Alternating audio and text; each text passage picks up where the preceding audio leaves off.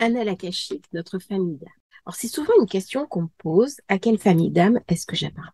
Il y a quelque part en chacun de nous la recherche pour retrouver notre famille divine, nos proches. Savoir si les membres de notre famille humaine font eux aussi partie de notre famille d'âme. Lorsqu'on se réincarne dans une situation, lorsqu'on revient sur Terre pour vivre une expérience, en général, lorsque nous sommes enfants, nous rencontrons des initiateurs. Ces personnes sont là pour nous aider à grandir, à nous émerveiller au monde, à découvrir d'autres choses. Alors, ce peut être des professeurs, ce peut être des enseignants, ce peut être des amis de nos parents, ce peut être des membres de notre proche famille, peu importe. Je me souviens qu'une dame qui me donnait des cours d'orthographe parce que je suis dyslexique m'a énormément apporté. Une amie de ma mère également. Elle était bouddhiste, elle m'a fait découvrir Alexandra David. Un ami de mon père m'a appris la méditation alors que j'avais 11 ans. J'ai rencontré des professeurs qui m'ont nourri à l'histoire, à la contemplation, au symbolisme et à la psychanalyse. J'ai la chance d'avoir connu très jeune un certain nombre de guides humains qui ont permis mon développement, qui m'ont permis de m'ouvrir à d'autres compréhensions, une compréhension dont j'ai tiré le bénéfice tout au long de ma vie. Ces personnes-là font partie de mon groupe d'âme. Le groupe d'âme n'est pas toujours actif d'un point de vue spirituel. Il arrive que le groupe d'âme soit là aussi pour aider des nouvelles générations à s'incarner et transmettre le flambeau d'une personne plus ancienne à une personne plus jeune. Lorsque nous-mêmes nous avons appris, nous sommes invités à transmettre ce flambeau de la connaissance, aussi bien par de la transmission interfamiliale que parfois même extrafamiliale, par des conférences, par des vidéos YouTube comme ce que je fais, par des écrits, par des textes, par de l'enseignement. Peu importe. Cette famille d'âme, elle est complexe. Nous avons la compréhension que les énergies de la source sont organisées comme une famille.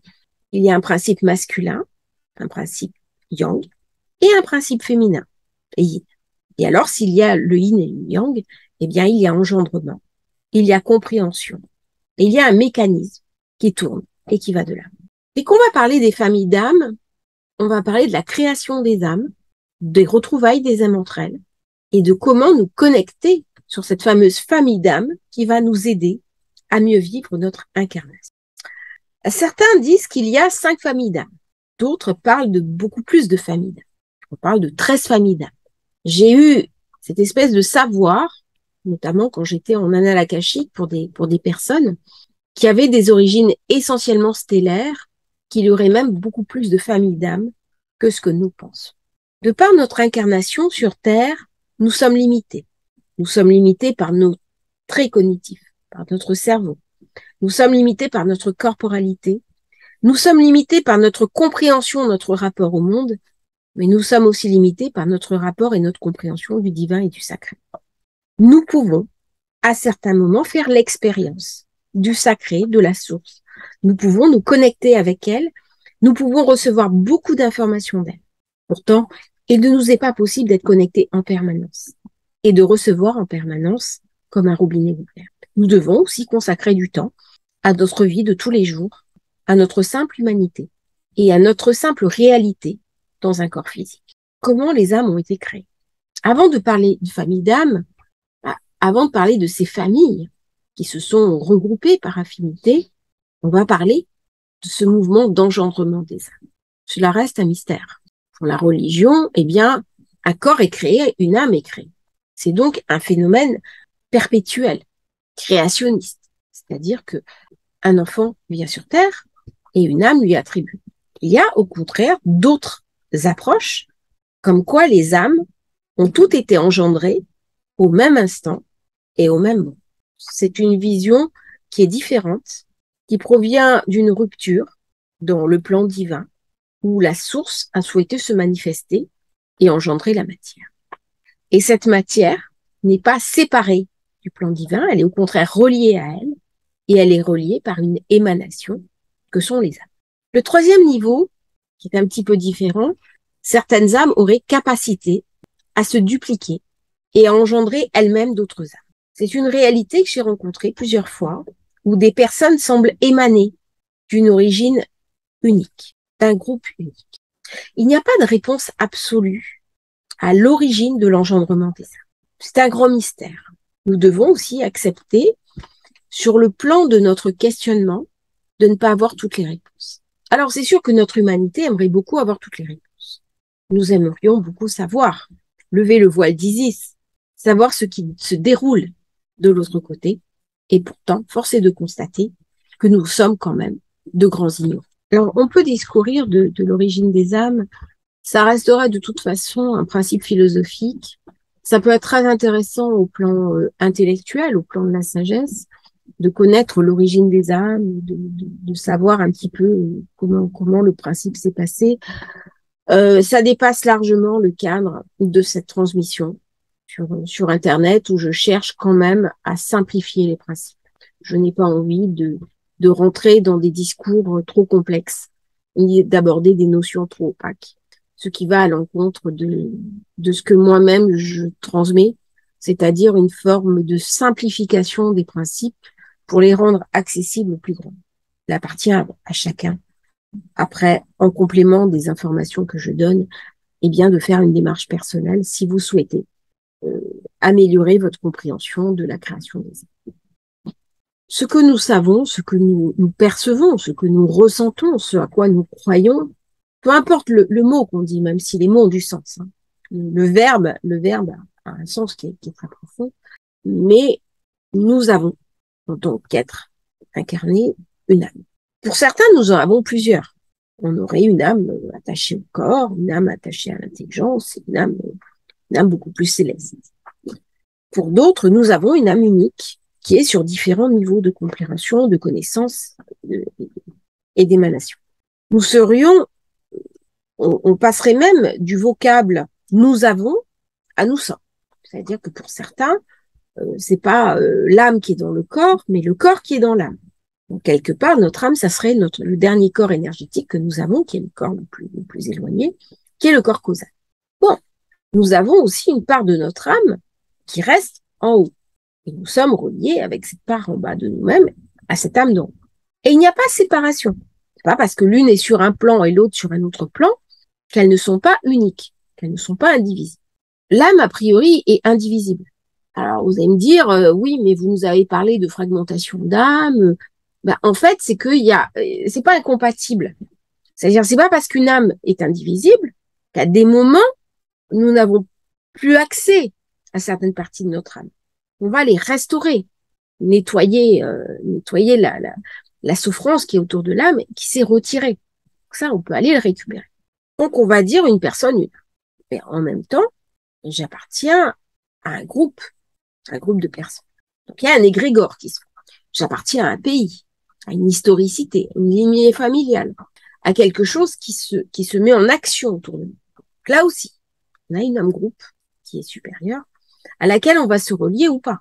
Il y a des personnes qui ne se reconnaissent pas du tout dans l'énergie de leur pays, qui ont besoin de trouver une autre énergie à mettre en place. Et puis, si on monte encore plus, eh bien, nous sommes une humanité. Nous sommes une seule et même humanité, avec tout ce qu'elle a de glorieux, de magnifique, et tout ce qu'elle a de sombre et de négatif et de noir. Ça, c'est aussi une âme groupe, c'est-à-dire une âme collective, une compréhension collective.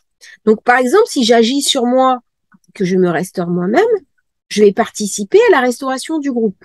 Si je participe à la restauration du groupe, je participe quelque part à l'amélioration du monde, à la restauration du monde. Eh bien, les familles d'âmes, c'est ça.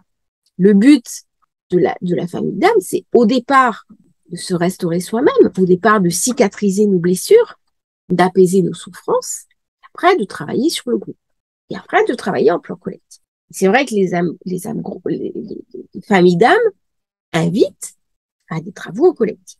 Alors, elles nous soutiennent au départ que nous fassions ce travail en individuel. Après, rapidement, elles nous invitent aussi à passer sur un modèle collectif. Alors, je suis une humanité. Ok. Mais j'ai au-dessus une autre particularité. Je suis une âme terrestre. Donc, je suis reliée à tous les plans d'incarnation sur cette planète. Donc, je suis reliée aux plantes, je suis reliée aux animaux. C'est une partie de moi. Donc, mon âme est une âme terrestre. Si je vais dans une autre galaxie, eh bien, mon âme va rester entière. mais elle va se colorer d'une autre teinte. Donc là, c'est encore autre chose, c'est un autre niveau de compréhension. On va parler de coloration. Alors, la coloration de l'âme, c'est la sensibilité qu'elle va avoir à un moment donné par rapport à des expériences qu'elle vit. Quand vous avez une âme qui est terrestre, qui vit sur Terre incarnée, elle a une coloration particulière. Et c'est par cette coloration qu'elle va rentrer en synchronicité avec les membres de son groupe. Parce qu'on va se reconnaître comme ça d'une couleur à l'autre et on va naturellement s'agencer tout facilement à travers ces colorations. Alors ces colorations, on ne les voit pas forcément, mais nous pouvons les percevoir. Alors qu'est-ce que notre famille d'âme va nous apporter? Eh bien, elle va nous apporter du soutien, de l'aide, de la connaissance. Des fois, on va se marier avec quelqu'un de la même famille d'âme que soi. On peut avoir des enfants de la même famille d'âme que soi, mais ce n'est pas obligatoire. On peut très bien épouser quelqu'un qui est d'une autre famille d'âme que soi, sans que pour autant ça nous pose problème. Pourquoi? Parce que nous sommes avant tout des êtres humains. Est-ce que pour remplir ma mission, j'ai forcément besoin de quelqu'un qui est comme moi? Pas forcément. Je peux aussi accepter de dire, eh bien voilà, je suis ça à certains moments et puis cela à d'autres moments. Et nous avons un certain nombre de spécificités, de coloration de l'âme, qui fait que l'âme, eh bien, elle va être dans telle ou telle famille d'âme. Est-ce que les familles d'âmes existent depuis le début?